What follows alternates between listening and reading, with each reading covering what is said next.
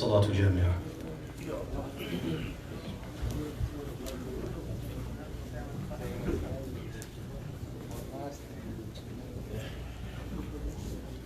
Just a reminder, ya ikhwan, Salat al-Eid, a sister of Salat al-Jumu'ah. Everything's going to be the same except in the first rak'ah, we're going to do 7 takbirat. In the second rak'ah, we're going to do 6, including takbir al-intiqal. When you come up, so a total of 6. The imam may forget because I'm getting old. If I forget, it will not affect the prayer at all, inshallah ta'ala. Okay?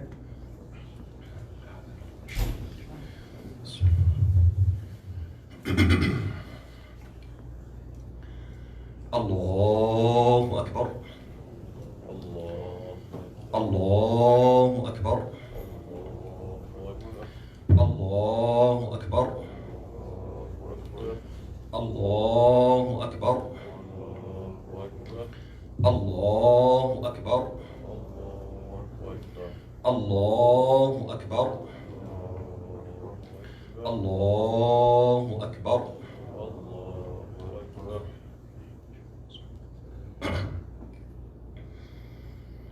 Alhamdulillahi Rabbil Alameen. Ar-Rahman Ar-Rahim. Maliki Yawmiddin. Iyyaka na'budu wa iyyaka nasta'in. Ihdina as-siratal mustaqim. صراط الذين أنعمت عليهم غير المغضوب عليهم ولا الضالين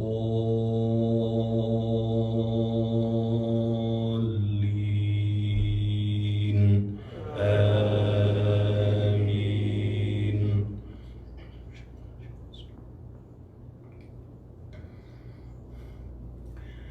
أرأيت الذي يكذب بالدين فذلك الذي يدع اليتيم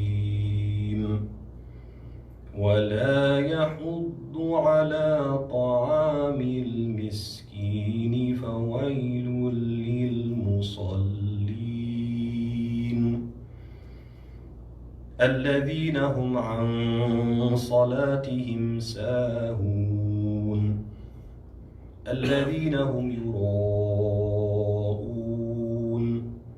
ويمنعون الماعون. الله أكبر. الله.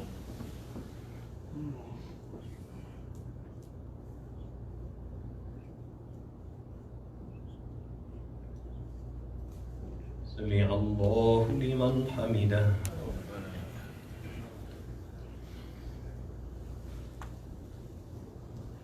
الله أكبر.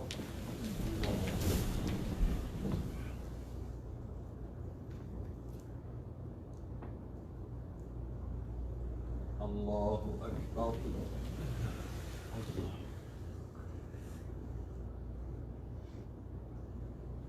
الله أكبر.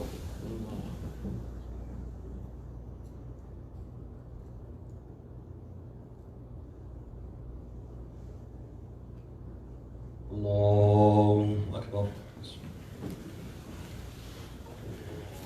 الحمد لله. الله أكبر. الله أكبر. الله أكبر. الله أكبر. الله أكبر. الحمد لله رب العالمين. الرحمن الرحيم. مالك يوم الدين. إياك نعبد وإياك نستعين. اهدنا الصراط المستقيم. صراط الذين أنعمت عليهم غير المغضوب عليهم ولا الضالين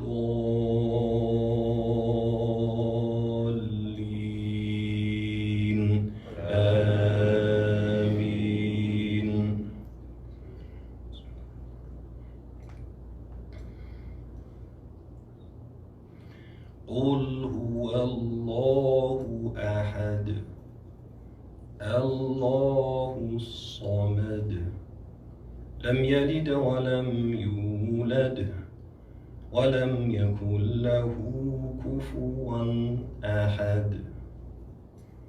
الله أكبر.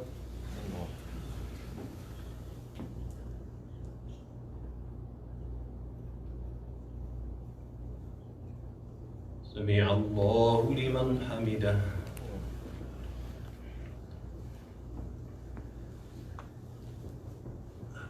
الله أكبر.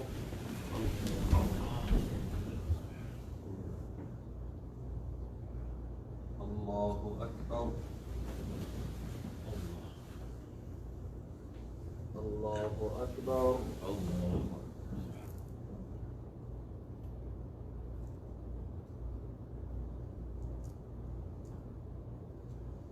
الله أكبر.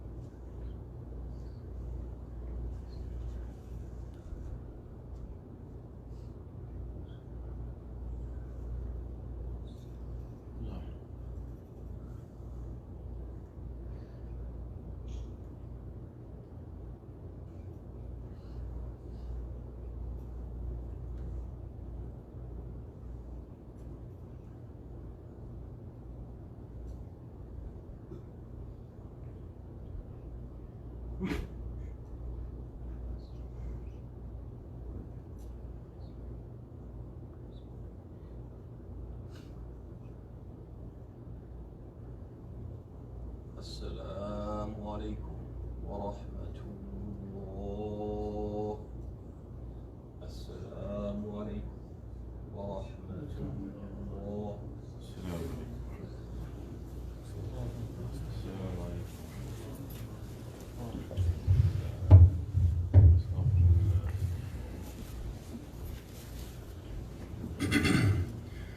الله أكبر الله أكبر لا إله إلا الله. الله أكبر الله أكبر ولله الحمد. الله أكبر الله أكبر الله أكبر لا إله إلا الله.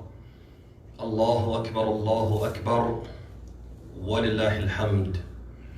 الله أكبر الله أكبر الله أكبر كبيرا. Brothers and sisters, our message today is about sacrifice. And I would like to use a story to deliver this message. As you all know, nearly all of the rites and rituals associated with Hajj trace their roots back to events in the life of the Prophet Ibrahim,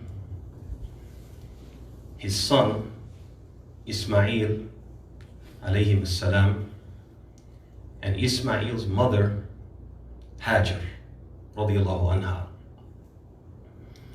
One of these events exemplifies the willingness to sacrifice that every believer should strive to embody.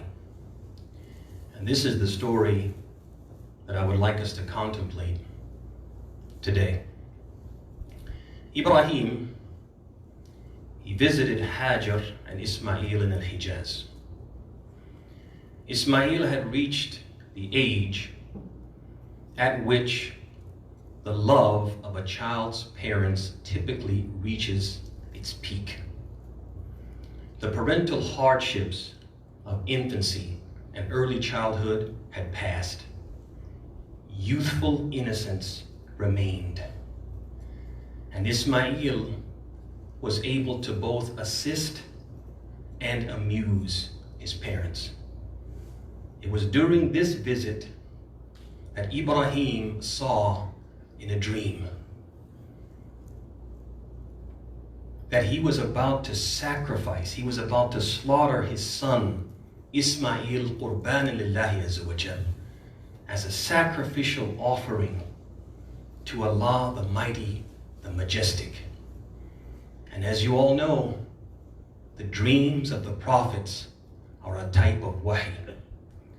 When Ibrahim awoke, he went to discuss the matter with his son. Ismail knew what the dream meant. It meant that his father was being commanded to sacrifice him. And Allah's command must be obeyed. And Ismail, he had to willingly accept his fate without question or complaint. Allah subhanahu wa ta'ala describes this incident vividly in the Quran. فَبَشَّرْنَاهُ بِغُلَامٍ حَلِيمٍ فَلَمَّا بَلَغَ مَعَهُ السَّعْيَ قَالَ يَا بُنَيَّ إِنِّي أَرَى فِي الْمَنَامِ أَنِّي أَذْبَحُكَ فَانظُرْ مَاذَا تَرَى قَالَ يَا أَبَتِ افْعَلْ مَا تُؤْمَرْ ستجدني إن شاء الله من الصابرين. So we gave him the glad tidings of a clement child. And then when he was old enough to accompany him, reached the age where Ibrahim could enjoy his company, and Ibrahim's love for him became shadid, it became intense. It was at that moment he said, "My dear son, I see in a dream that I must sacrifice you. So what do you think of this?" He said, "My dear father, do as you have been commanded. You will find me, if Allah wills, among the steadfast, among the patient." So Ibrahim, he took his son and he laid him down on his forehead. And he turned his head in the opposite direction so he didn't have to look at him as he slit his throat.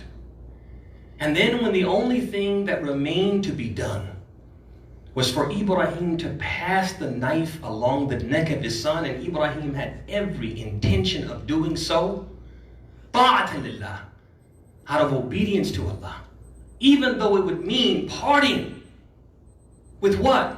With the most beloved thing on this earth to him. He was ready to do it. It was at that moment that Allah called out to Ibrahim and told him not to go through with it. Allah says, فَلَمَّا أَسْلَمَ وَتَلَّهُ لِلْجَبِينِ وَنَادَيْنَاهُ أَن يَا إِبْرَاهِيمُ قَدْ صَدَّقْتَ الرُّؤْيَا إِنَّ كَذَلِكَ نَجْزِي الْمُحْسِنِينَ إِنَّ هَذَا لَهُوَ الْبَلَاءُ الْمُبِينُ وَفَدَيْنَاهُ بِذِبْحٍ عَظِيمٍ. He says subhanahu wa ta'ala what means, then when they had both submitted themselves and he put him down upon his forehead, we called out to him, "O Abraham, you have fulfilled the dream. Verily in this way we reward the doers of good." This was certainly a clear test, and we ransomed him with a great sacrifice. Bala'un mubin, a clear test. What could be a clearer test of faith than a father sacrificing his child for Allah's sake? Dhibhin azim, a great sacrifice. A large white ram grazed in paradise for 40 years. A great sacrifice because it was a ransom for Ismail. It paid the price that Ismail otherwise would have had to pay. And a great sacrifice because sacrificing, brothers and sisters, is the greatest form of devotion. And that's why sacrificing was made an annual sunnah and will remain so until the end of time. هذا وصلى الله وسلم وبارك على محمد وعلى آله وصحبه أجمعين.